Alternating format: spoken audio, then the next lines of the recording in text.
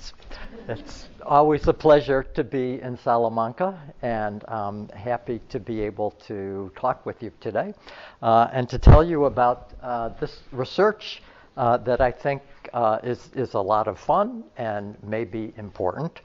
And maybe the most important is that all of the ideas here are due to that first author, Tamer Solomon, who's now a postdoc in Pennsylvania. Brenna Goodwin, Annette Marino, Amanda Munyon, they were all honor students who helped to collect the data, so they did all of the work.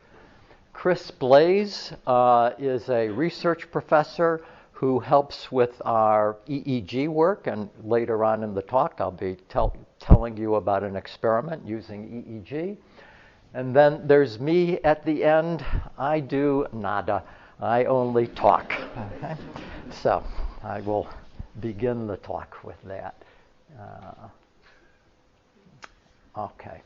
The first few experiments are already published, and if you have any interest, they're in the Journal of Experimental Psychology General, but then the couple experiments at the end are new. So why are we interested in studying joint action? It turns out there are a number of good reasons. First, there are cognitive effects that people measure, often using what's called the joint Simon task, where if we're working on the same computer screen, but we have slightly different goals, that my behavior is affected by knowing your goals. And so somehow, just being close to one another and knowing the goals affects our behavior. But then there are also social effects of acting in synchrony.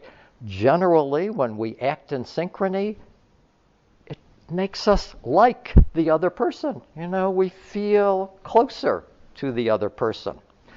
And there are perhaps evolutionary reasons also for studying joint action. The title of this paper, this Tomasello paper, is a marvelous title. It's called Children, but Not Chimpanzees, Prefer to Collaborate. And so the idea is that we as human beings, maybe we are particularly social, that we really like being together and working with one another, and that should affect our cognition. And so those are some of the reasons for why we want to study these things. And then our goal is to determine if these sorts of effects can be characterized not as conscious behavior, okay? It's not that, after we synchronize that I choose to like him, but somehow my body has adapted so that I must like you, okay? And that it's not a conscious choice. And so that's what I'm going to try to convince you, that through adapting the body schema, we have these various cognitive and social effects. Okay, so I want to start with talking a little bit about primates and tools. We, of course, are primates, and as you know, primates are very good at using tools. Why is it that primates are good at tools? Well, one reason is due to this notion of a body schema. It's not something that we made up. This was first proposed, or at least popularized, in 1911 by a British neurologist called Sir Henry Head. And his idea was that we're always keeping track of where our arms and our legs are so that we can move them effectively.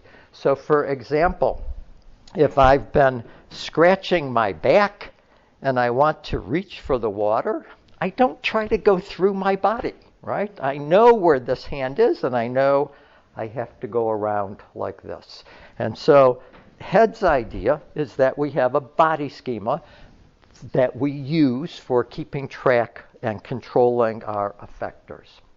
Well, more into the 20th and 21st century, there's beautiful data summarized by Maravita and Iriki that seems to show evidence for a body schema using single-cell recording in macaque monkeys. So they're recording from the parietal cortex, and they find neurons that have a bimodal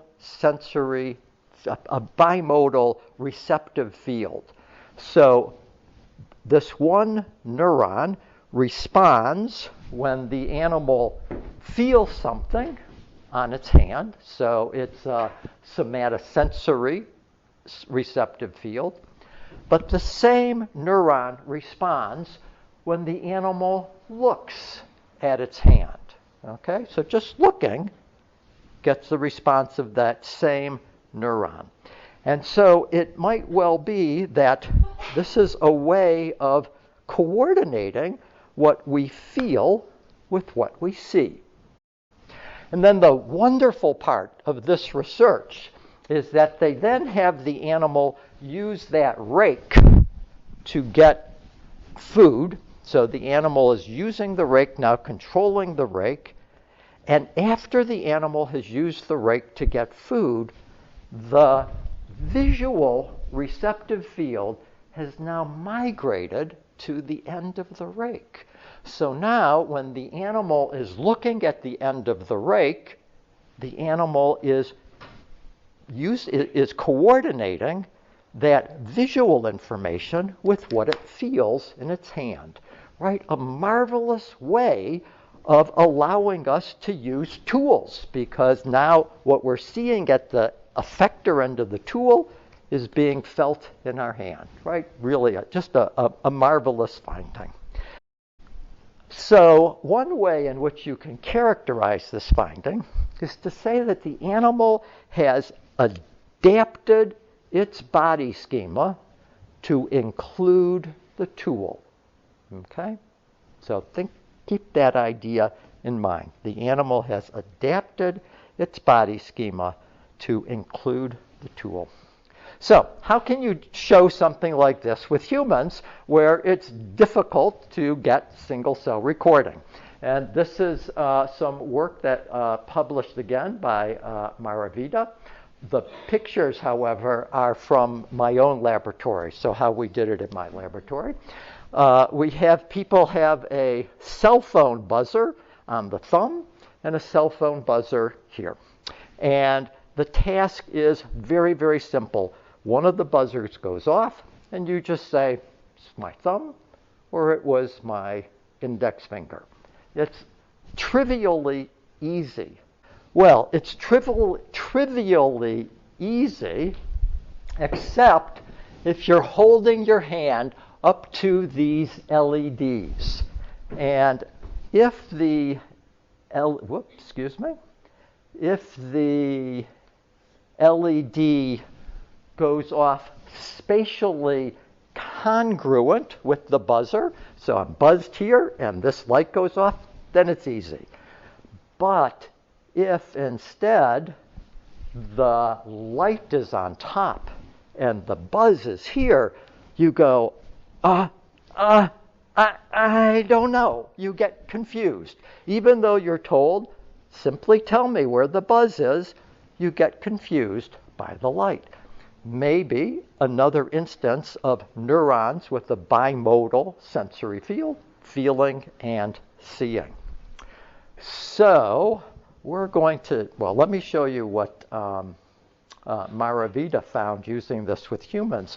So again, they have humans using these golf clubs as tools, and then there's the buzzer here and the buzzer here, and they show that after using the golf clubs as tools, I will be confused by this buzz when the light is at the end of the golf club, okay? As if Somehow, by using the golf clubs as tools, I have incorporated that into my body schema. Okay. Here's what we want to do. When we coordinate with another person, not a golf club, but with another person, is that person a social tool? Does that person adapt our own body schema? Does that person, in some sense, become a part of yourself by virtue of this coordinated action? And if we can find that, we're going to call that a joint body schema. That my body schema is somehow affected by working with another person. So this is the way we did it.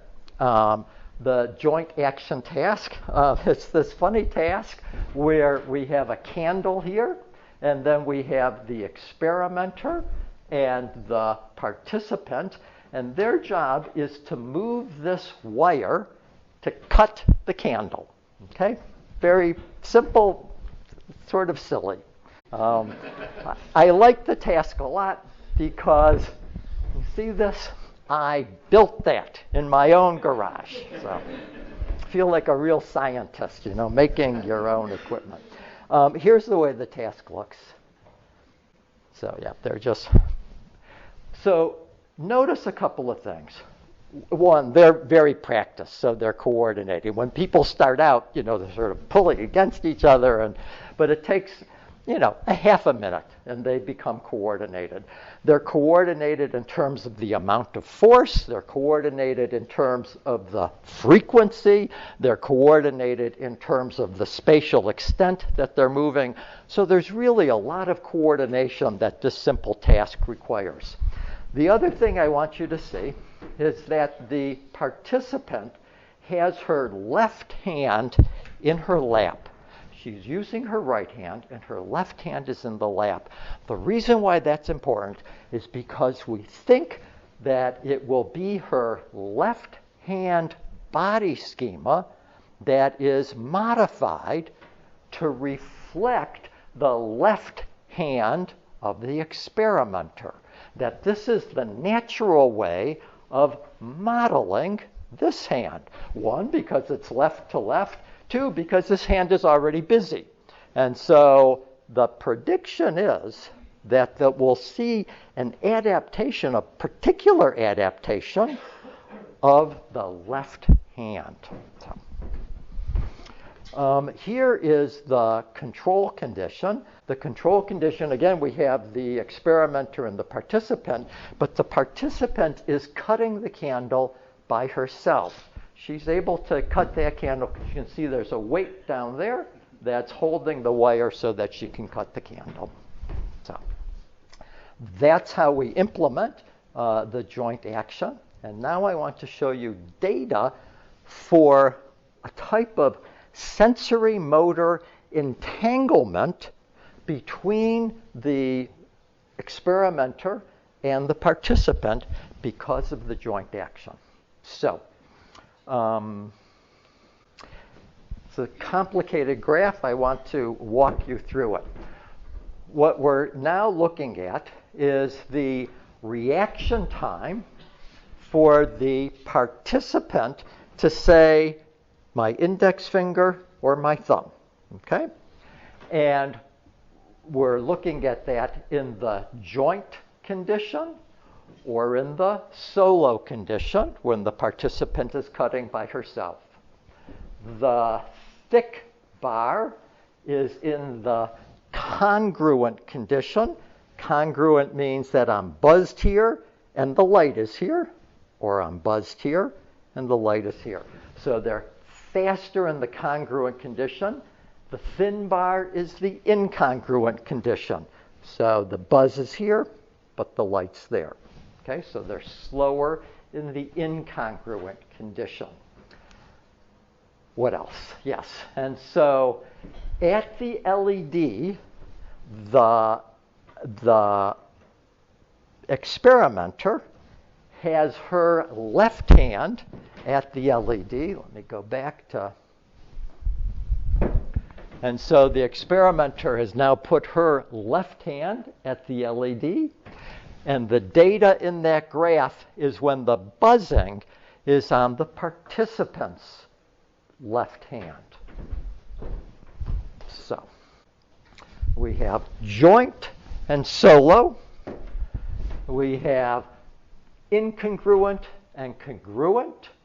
And then we're looking at when the experimenter has her left hand at the LED, the participant is getting buzzed on her left hand. So this asterisk means a significant interference effect here. The person is slower in the incongruent condition. And then similarly,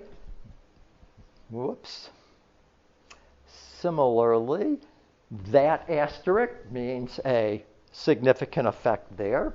But most importantly, the one in the middle shows an interaction, that there's more interference from the experimenter's left hand when they've cut together than when they've cut separately in the solo condition.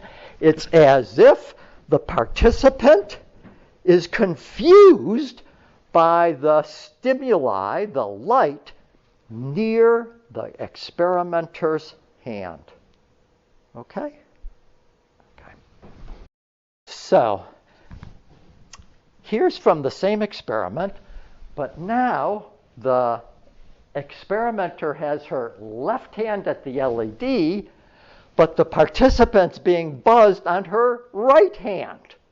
And you can see there's interference, but not a significant interaction. And then similarly,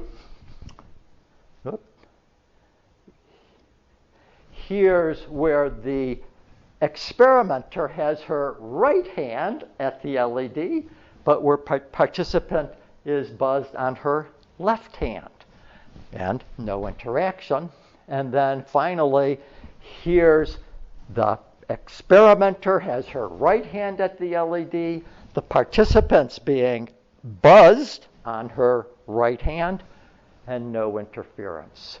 So the only interference, the only significant interaction is on the left to left. And remember, the participant had her left hand in her lap, but we think that she's modeling, using her left hand body schema to model the experimenter's left hand. All right, so you might be saying, all right, that was lucky. It happened in that one out of those four conditions. And so here is a replication.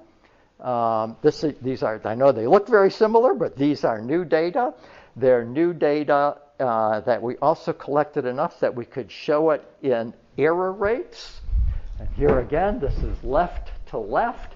And what you're seeing is in the incongruent condition, there's many more, it's accuracy. So there are many more errors in the incongruent condition after joint cutting than after cutting alone. So not only are you slower to say it was here or here, but you're literally making more errors. It's confusing after the joint cutting. There's some more data here, but I'm going to skip over that. So we seem to have some evidence for a sensory entanglement. What about a motor entanglement? And here's what we did in this experiment. We have people, the participant, drawing straight lines on a digitizing pad that is blocked from her view. Okay, so she's trying to draw, just drawing straight lines. But what she's looking at is the experimenter, and the experimenter is drawing circles. All right, the question is, will watching the experimenter draw circles affect her straight line after joint cutting compared to solo cutting? So the way we're going to measure that is an ovalization score, simply the ratio of those standard deviations. And so the participant is going this way. And so there is going to be variability on the y-axis, but with a perfectly straight line, there'll be no variability in the x-axis. And so an ovalization score of 0 means a perfectly straight line. An ovalization score that is higher than 0 means that it's starting to curve a little bit.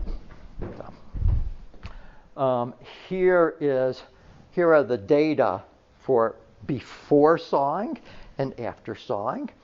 In the solo condition, these are the ovalization scores. You can see the person is doing pretty well, making a straight line. And after sawing, she's doing even better. Okay, just a practice effect. But what about when they cut jointly? When they cut jointly before sawing, she's doing pretty well. But look, there's no practice effect. In fact, she gets a little worse. So after cutting, her straight lines are now starting to curve a little bit. And then here's a second experiment showing very similar data in the solo condition from before sawing to after sawing, improvement. And in the joint condition from before sawing to after sawing, we don't see a real change in the, like we saw here, but at least there's no practice effect. We don't see this improvement, and that gives, again, a significant interaction. So what we seem to have is a joint body schema that by working together, somehow I become affected by stimuli near his body. I become affected by what he is doing. It's like I have a special focus on you because of this joint action. So we have joint action leads to a type of sensory motor entanglement. Okay. So here, starting with new data that are not yet published. The question is, where does this entanglement come from? And one hypothesis is that it comes from ramping up, from increasing the sensitivity of the mirror neuron system. And so I'm going to try to show you some data that is consistent with that. So what is this mirror neuron system? So mirror neurons were first discovered in the 1990s and were first discovered in the premotor areas of the cortex.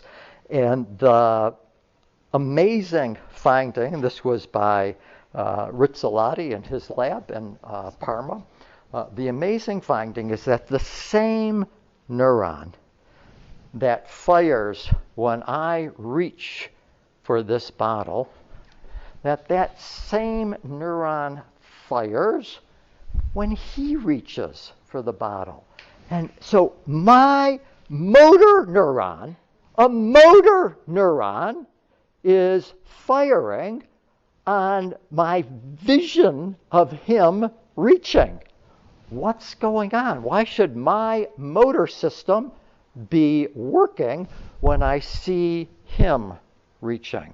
And the hypothesis is that these mirror neurons are a way of facilitating social interaction, that I understand why he's reaching because of the firing of my own motor system, and that I can use that understanding to facilitate social interaction. So as I see him starting to reach, I can go like that, right? And that you could imagine in many, many, many social tasks that understanding the intent of the other person is so important for facilitating the social interaction. So that's the mirror neuron story, which, by the way, it's very controversial. The data are sound that we have mirror neurons, that monkeys have mirror neurons, people have mirror neurons, and a lot of other species also. It's not as sound, the interpretation. So there's a lot of controversy about what it means, what those mirror neurons are doing. So yes, I already said this. We also know that the mirror neuron system is adaptable, that it changes by virtue of experience. And so then the question is, does the entanglement that I showed you previously, the sensory motor entanglement, does that arise from adapting the mirror neuron system? Well, the way we're going to get at that is using a technique called mu suppression. Mu suppression is found using EEG recording, and the mu wave is, well, you know about alpha. So alpha is measured mainly in the occipital areas, and alpha is also around 8 to 13 hertz. That is, you see power at 8 to 13 hertz from back here. The mu wave is very, very similar, but it's found up here over the motor cortex, over the central motor cortex. And again, what we mean by the mu wave is high power, that is coordinated activity of the neurons in the motor cortex in this frequency band of 8 to 13 hertz. It's as if the motor cortex is just, all of the neurons are firing, waiting to do something, because you see this when the person is inactive, when they're just sitting there calmly. As soon as the person starts to act, like moving for the bottle, then you get a decrease in mu power. That's called mu suppression. You get mu suppression when there's literal action, and you get mu suppression when you see somebody else act. And that's the tie to the mirror neuron system, that it's my own motor cortex that's changing by virtue of somebody else's action. So the mu suppression has been used as a way of looking at the mirror neuron system. It's by no means 100% sure, but it fits the story. So as we develop the story, yeah, it's working. So, here's the experiment that we're going to do. In some ways, very simple experiment. The experimenter and the subject, they're sitting together, and the experimenter goes like this, and we're measuring the mu wave in the participant. And then they do joint or solo candle cutting. And then the experimenter goes like this, and we measure the amount of mu power in the participant's motor cortex. So here are the data. These are the data from the joint condition. This is mu suppression. As it goes up, it's more suppression. So as it goes up, it's more suppression. So there's less mu power as it goes up.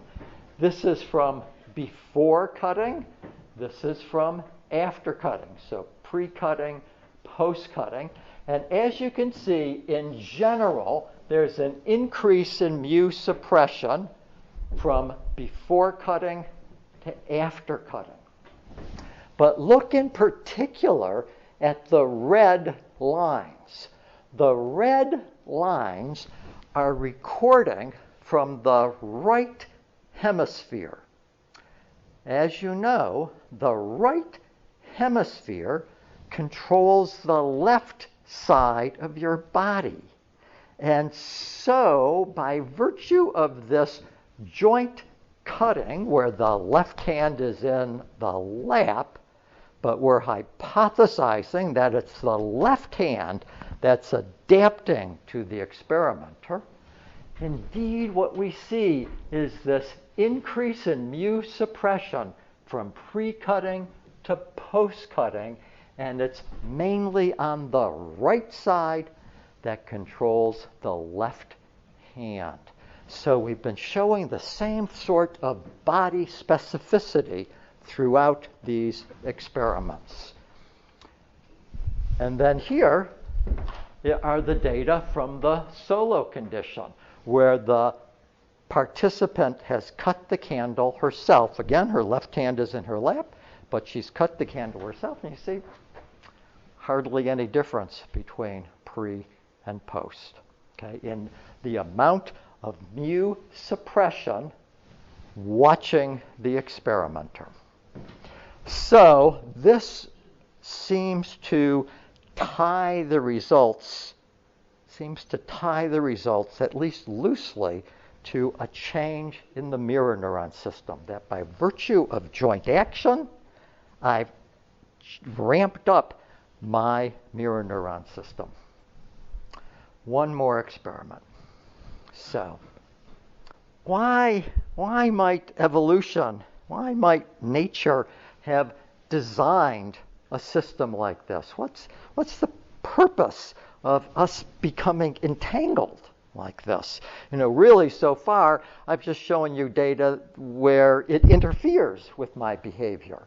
But maybe there are good reasons for this sort of entanglement. And Tamer Solomon's idea was that sort of entanglement might be useful for social learning.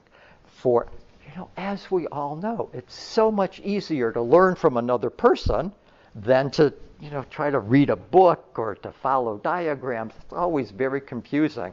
Whereas watching another person is often very, very helpful.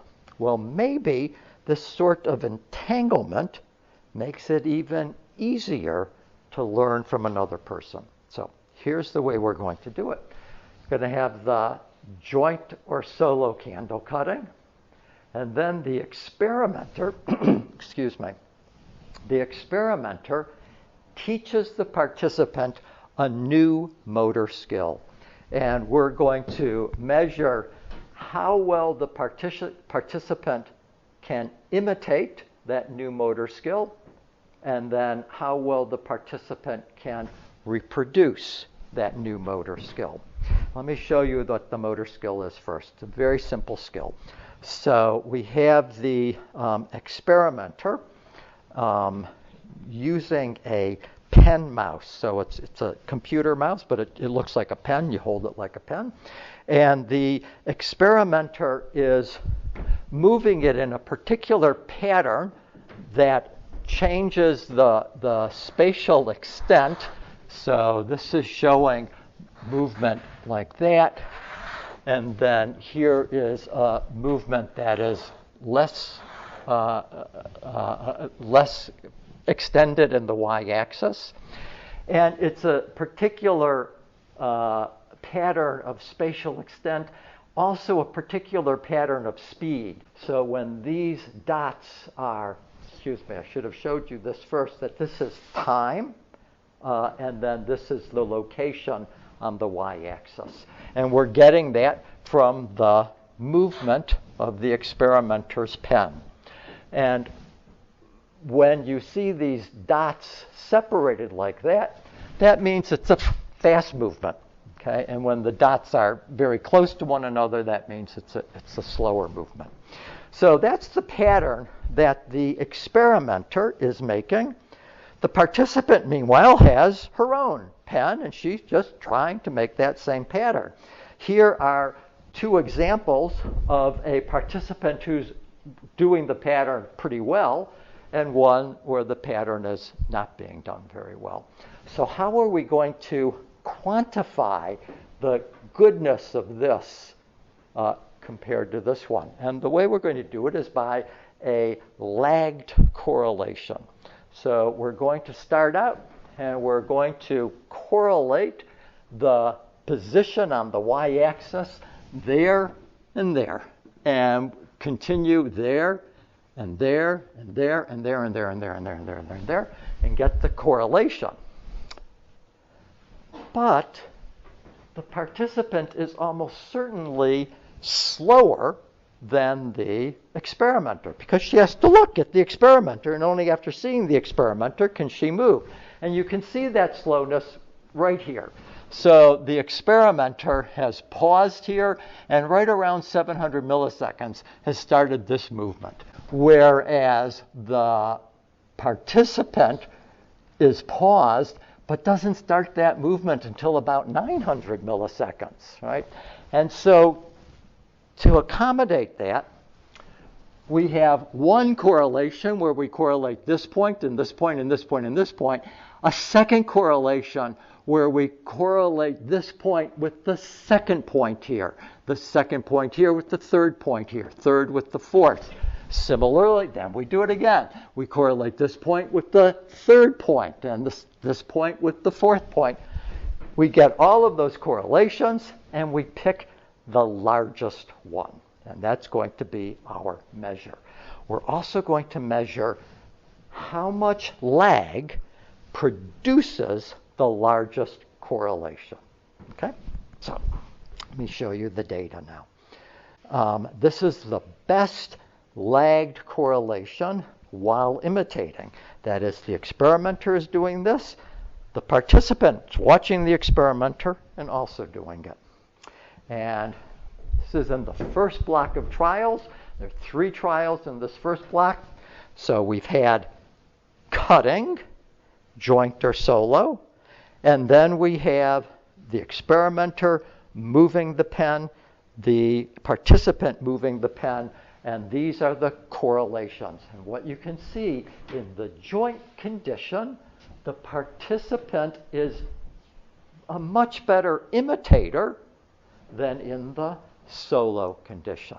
We see that on the first, the second, and the third trial.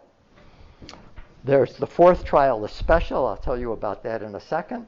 And then we have a second block, and you can see it now on the 5th, 6th, and 7th trial. And you see it on the 9th, 10th, and 11th trial, that the participant, by virtue of this joint action, is better able to imitate the experimenter.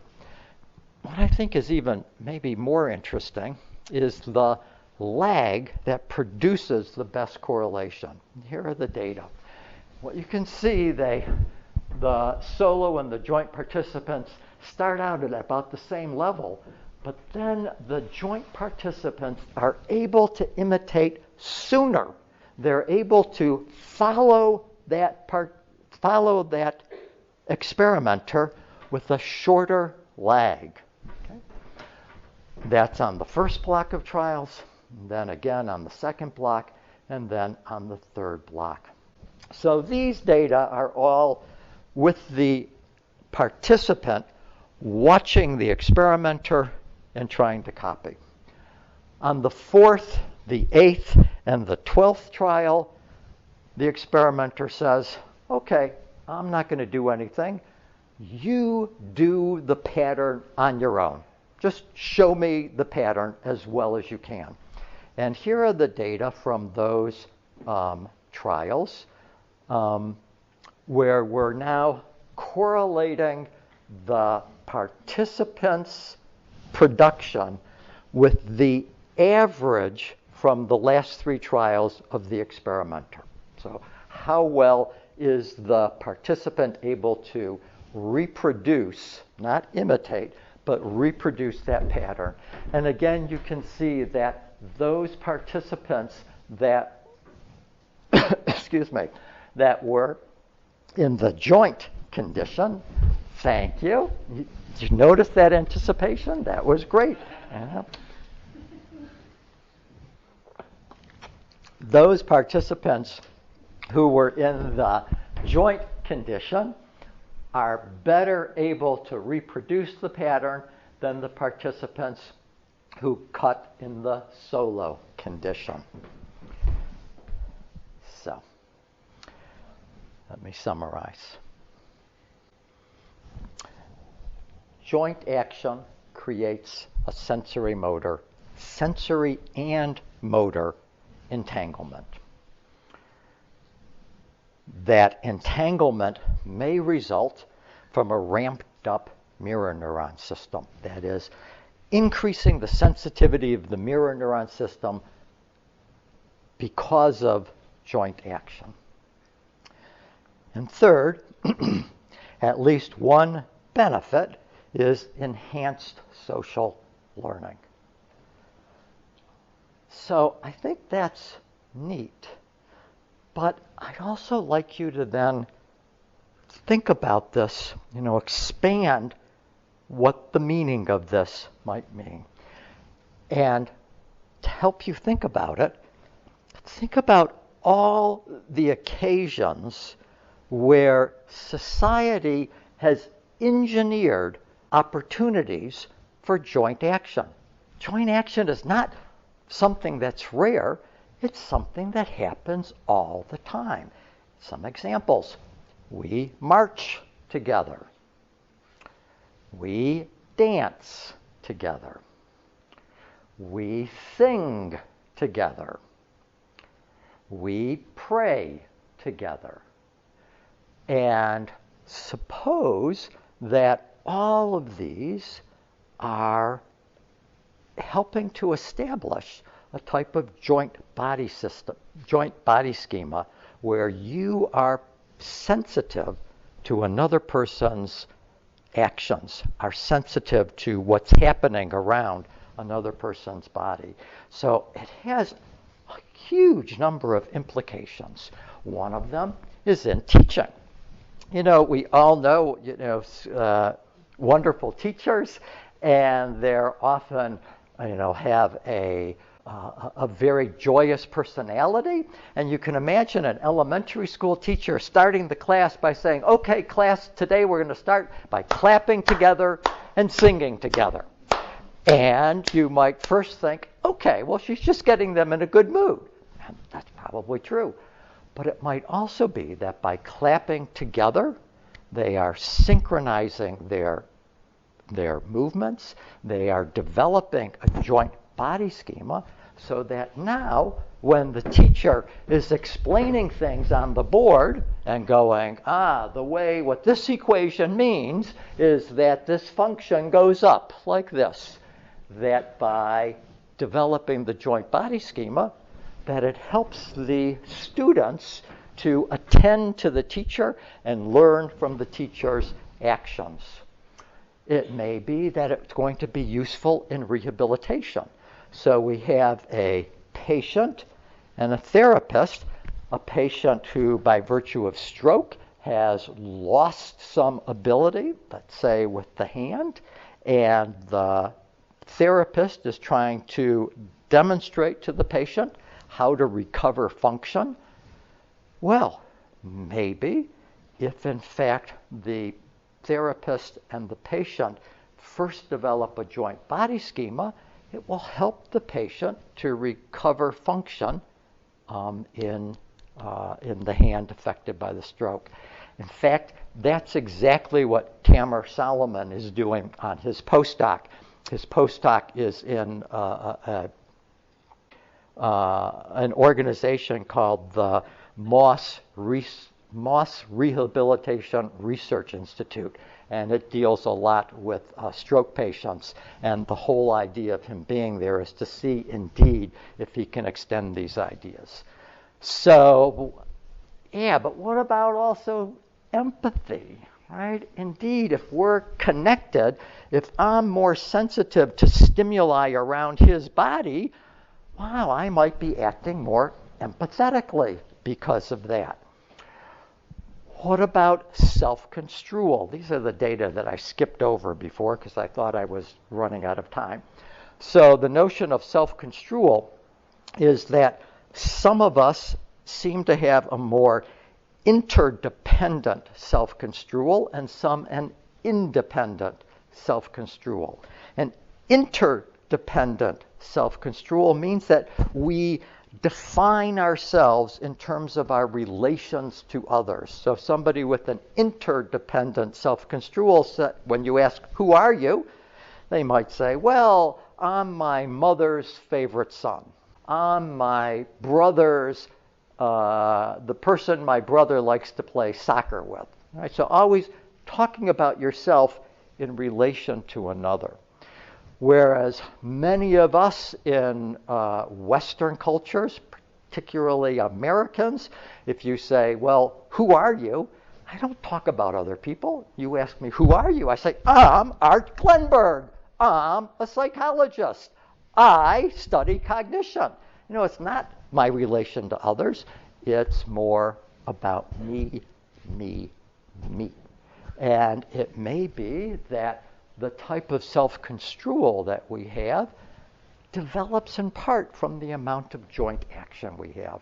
That in non-Western cultures, I think you can make the argument that there's much more interaction in the family, there's much more attention to people in your family and your in-group. So similarly, differences between in-group and out-group may reflect at least partially, this notion of a joint body schema. After we have coordinated, you're part of my in-group because you're part of me, you know, and I would never hurt you because it would be like hurting myself, right? But with him, have I ever no, he's hardly a person, hardly a human, you know. He's separate from me because I don't feel that sort of connection. So maybe that part of that in-group, out-group can be due to how much we've interacted with the person. And finally, this is actually my favorite idea, but also the one that's the biggest stretch. So, at least in the States, it's become fashionable for people to say, I'm not religious, but I'm a spiritual person.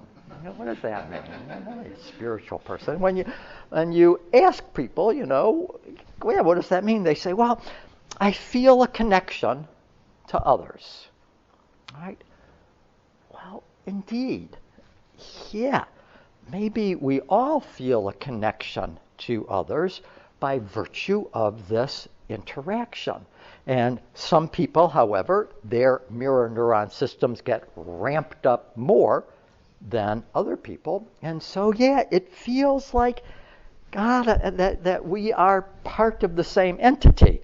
And if you don't know about mirror neuron systems, and you don't know about joint body schemas, yeah, one way of explaining that is it's a spiritual connection. But in fact, it may be a bodily connection, a mutual adaptation of our body schemas. So, from that, I've brought you from measuring the body schema in the macaque with single cell recording to spirituality in humans, and I think maybe that's enough for one day. So thank you.